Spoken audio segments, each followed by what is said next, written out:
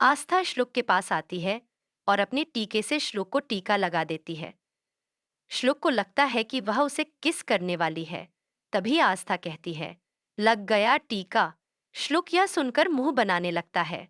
आस्था वहां से जाने लगती है, लेकिन श्लोक उसका हाथ पकड़ लेता है और उसे अपने करीब खींच लेता है।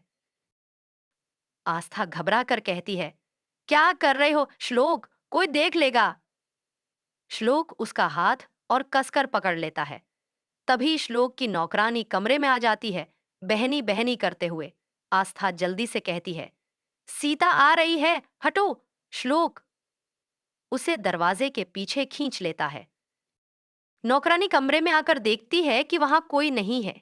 वह कॉफी उठाकर कहती है, ये तो ठंडी हो गई है, मैं इसे गर्म करके लाती हूँ, और चली जाती है। आस्था दरवाजे के पीछे से देखती है कि नौकरानी गई या नहीं।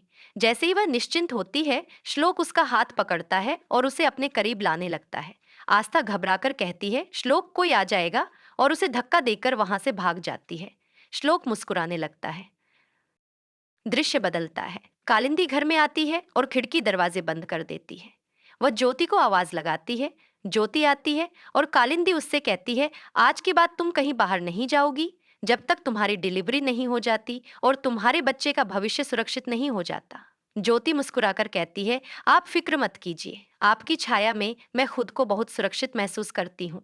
कालिंदी उसे गले लगा लेती है।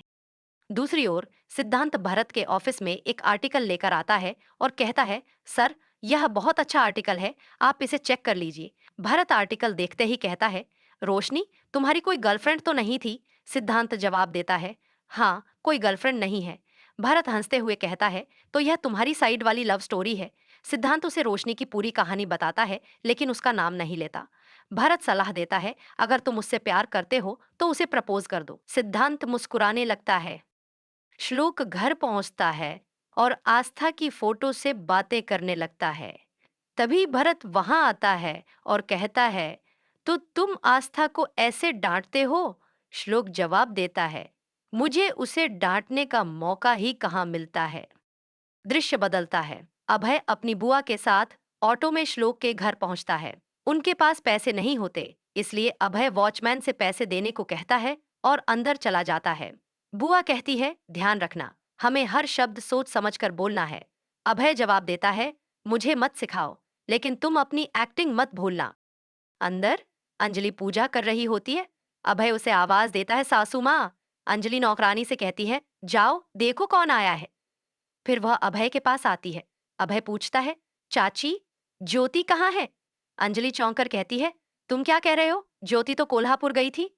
अभय कहता है, हम कल कोल्हापुर से लौटे हैं, लेकिन वह मेरा फोन भी नहीं उठा रही है।